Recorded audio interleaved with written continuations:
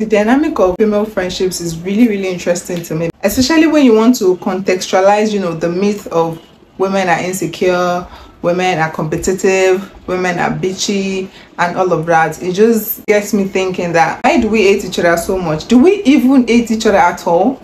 Like, is the envy so prevalent? Is the competition even there? Do we devalue each other, or have we devalued ourselves to the point where we will latch onto anything and then call it friendship?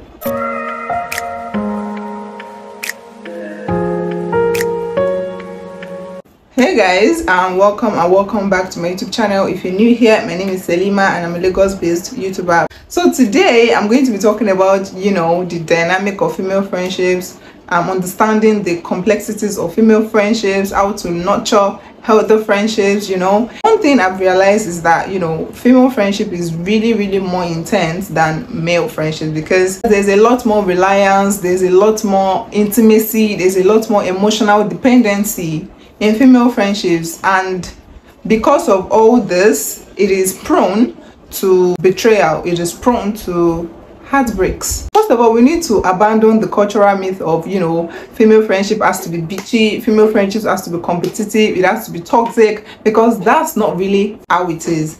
And healthy female friendship is one of the best experiences in life. First of all, you need to understand the type of friend that you are to be able to navigate your friendships. Find friends that you see yourself in. Think your friendships as important as your romantic relationships. Also, you need to be the friend you wish to have. You cannot expect to have the perfect friend when you are not even the perfect friend yourself. Also, you need to realize that not every friend is for every season of your life.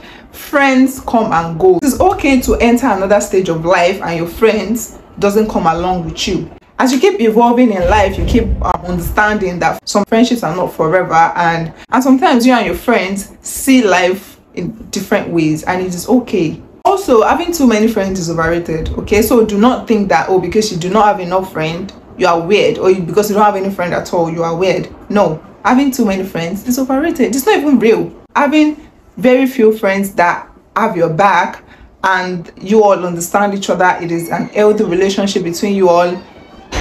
It's the best. It's literally all you need. Okay, so I'm going to go into the actual topic of the day, which is how to nurture healthy friendships and tips to nurture healthy friendships. So the first tip I'm going to be talking about is effective communication. I cannot overemphasize how important communication is in any relationship.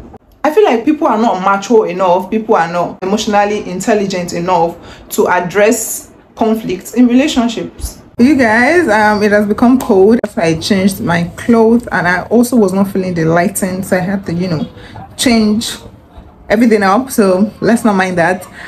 Okay, so as I was saying, communication is literally everything. It is the basis of the friendship. It is what makes the friendship deep. It is what makes the friendship strong. It is what makes the friendship last. Every other tip I'm going to be dropping is still draws back to communication, because a lot of people does not know how to express their feelings, does not know how to express their thoughts, their needs in relationships and friendships. If you express yourself very well to your friend, and you also encourage your friend to do the same, the relationship can strive.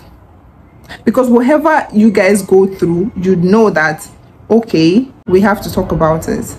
And I feel like talking about anything, laying everything down, can fix it up. Okay, you understanding where you did wrong, understanding where the other person did wrong, explaining how you felt, explaining how they made you feel, explaining how you made them feel, explaining how you saw it, your own point of view. All these things are really important in nurturing healthy friendships. Also, the next tip I want to talk about is active listening. So it's a different thing to have effective communication. It's a different thing to be able to actively listen when your friend is communicating their feelings. If you are somebody that when they are speaking to you about how they feel, you are only listening to attack, you're only listening to defend yourself, you are not listening to actually understand how you might have made them feel, or how whatever you did might have affected them. Pay attention when your friend talks, whenever they come to you, it might not even be like, not be about a problem you're having in the friendship. If your friend comes to talk to you about, you know, whatever it is they're facing, you know, outside the friendship, offer a listening ear. Listen to them, show empathy, and also listen without judgment. They trust you enough. They thought they could confide in you. That's why they came to you to tell you whatever it is that's bothering them. So I don't know why you use that opportunity to try to judge them. Also, the next step I want to talk about is to respect each other's boundaries. A lot of this one is a very important topic. I'm not even going to lie, because a lot of people make friendships their whole personality. A lot of people make friendships the only thing that they have. If you all does not respect each other's boundaries, the relationship will end up crashing. Like, it's not everything that you share to your friend. As much as you may think that, oh, your friend is the best friend in the world, your friend is the most amazing friend in the world, anybody can stab you in the back. Anybody can betray you. So watch what you tell your friend. Respect your friend's boundaries and make sure that they respect yours.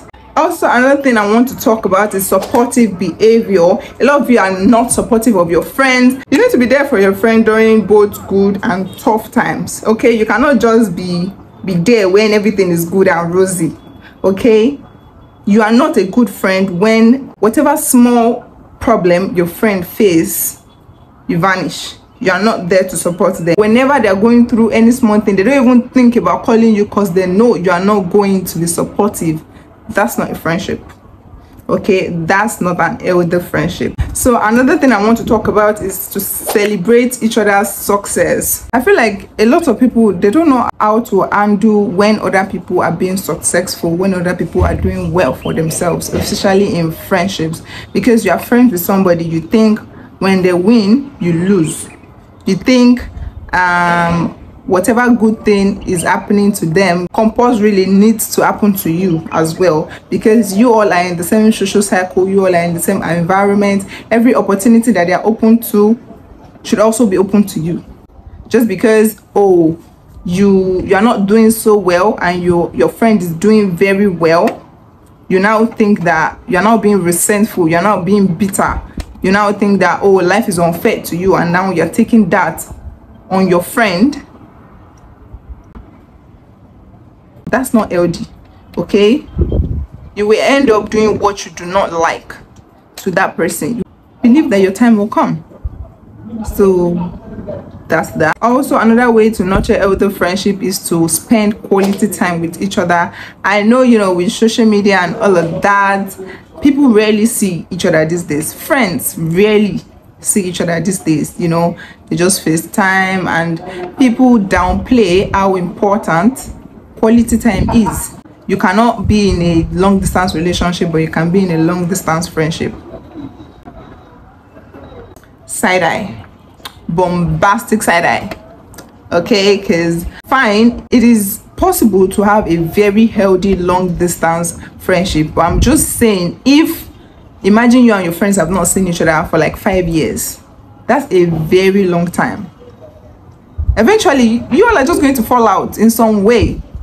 So like, if you can find the balance of at least trying to meet up maybe once in 3 months, you know, twice in 6 months, twice in a year, you know, just finding what works for you, I feel like that would strengthen the bond between you all, you know, especially if you are actually close to each other. If you're close to each other, then there's not even an excuse. You should spend quality time with each other. So another thing I want to talk about is give and take. This one is a very, very important topic, because you need to ensure there's a healthy balance of give and take in a relationship. You all should always contribute and receive support equally. If you're somebody that is your friend that is always paying for dinner, you and your friend are living together, is your friend that is, you know, paying for rent, is your friend that is buying the food stuff, cannot contribute anything else in the house. No.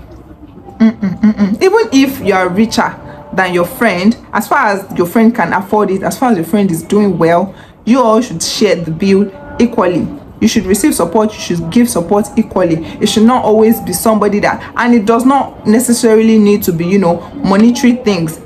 It can also be anything. It could be care, it could be support, it could be attention, it could be anything. Somebody should not just be in the receiving end, and another person should be the one giving out attention, giving out care, giving out support. This one is not, oh, a sugar daddy and this one is not a sugar daddy and sugar baby situation. So why am I always spending on you? Why am I always paying for your dinner? Why am I always the one buying you gifts on your birthday? No. Okay, there need to be an equal balance of give and take. Also, another tip I want to talk about is honest feedback. In friendship, the whole point of friendship is to be able to constructively criticize your friend, constructively give feedback to your friend. If you are being somebody's friend and you cannot tell them the honest truth, why are you all friends in the first place? You need to provide constructive feedback when necessary, emphasis on when necessary, and you need to do it with kindness and sensitivity. It's not like you just open your mouth and just say anything, making your friend insecure. Honest feedback is very, very important to friendships, and you need to be able to tell your friend, oh, what you did there is bad. If your friend is being rude to somebody, you need to tell them that, oh, you're actually at the wrong blah blah blah. You should not always blindly support your friend, and you should not always automatically take up your friend enemies. You cannot honestly tell them how you feel. That's not healthy anymore. That's toxic. Also, the next tip I want to talk about is healthy conflict resolutions. If you're somebody that you cannot resolve conflicts in an healthy way, you have a problem and you don't deserve to be friends with anybody. For real. You know, conflicts, fights, issues, they're natural in friendships. You need to be able to address them respectfully, you know, find a common ground and work together to resolve issues. If you are somebody that, oh, you and your friend are having issues and they're telling you, okay, let's talk about it, and you don't want to talk about it, you don't want to this, you don't want to that, you don't even want to resolve it at all, you have just taken that thing that they did very, very serious, as if, no, they killed somebody, blah blah blah. Something is wrong with you. Okay, you need to go and check yourself. Fights will happen. So if you cannot be mature enough to handle your conflicts respectfully, there's no way that friendship will last. You need to understand that people make mistakes, and if they are willing to resolve their issues, explain to you why this or that happened, you should be willing to sit with them, talk to them about it, and, you know, resolve it. If you can give your romantic relationship second chances, then you should be willing to also give your friendship second chances. So another tip I want to talk about is resilience. Okay, you need to understand that friendships go through ups and downs. The same way your romantic relationships go through ups and downs, friendships go through the same thing. Being resilient and willing to work through challenges is what will strengthen your connection with your friend. There are just some times that both of you might not be in the same headspace, you might not be going through the same thing. You all are just, you know, experiencing different things, you're going through different crazy things, and in that time it is your resilience that would make you go through that situation and come out of it successfully. If you're not resilient, any small challenges that faces you and your friend would crash you all and will burn your friendship down. So you need to be able to fight for your friendship. You need to be able to stand for your friendship when it gets tough, because that's what friends do, and that's what will keep you all friends for life. So the last but not least topic I want to talk about is apologize and forgive. You cannot open your mouth and say I'm sorry. You cannot forgive your friend when they say they are sorry. You are not a good friend. Okay, that's a sign of a toxic friend. Okay, you should be able to apologize to your friend whenever you do them wrong, and you should be able to forgive your friend whenever they apologize for something they've done wrong. Acknowledge that, oh, you've made a mistake, and you should be willing to apologize. A lot of people, they don't see anything bad in everything that they do. Like if somebody comes to tell you that, oh, I think you shouldn't have done that, they're going to tell you, no, this is that. Make excuses, make this, make that. You are very perfect, you cannot make mistakes, right? That's a very toxic behavior. In my last 20 series video, I talked about 10 signs of a toxic person, and this is part of being toxic. Okay, you cannot apologize. Never apologize, and you cannot apologize, you cannot forgive. They would always gaslight you into thinking that you are the one that is wrong every time. Also, if you're strong-hearted, your friend did you bad, you cannot just forgive them. Did they kill you? Did they kill your child? As far as they did not stab you in the back, as far as they did not betray you, then you should be able to forgive them, especially when they have realized that they did bad and they're apologizing. But you want to be dramatic. No, you should be able to forgive your friends when they did bad, and you should also be able to apologize. So I need you all to understand that nurturing healthy friendship is a mutual effort. Okay, it is not a one-sided thing, and female friendships should not just be black and white. As much as it could be messy, as much as it could be complicated, it can also be healthy. It can also be the best experience in life. We are all we got. Okay, we only have ourselves to support. So if you cannot even successfully have healthy relationships, then how are we going to support each other in this crazy society? So I hope you guys enjoyed that. Thank you so much for watching. Please like, comment, and subscribe. Okay, I'm going to see you all in my next video. Bye.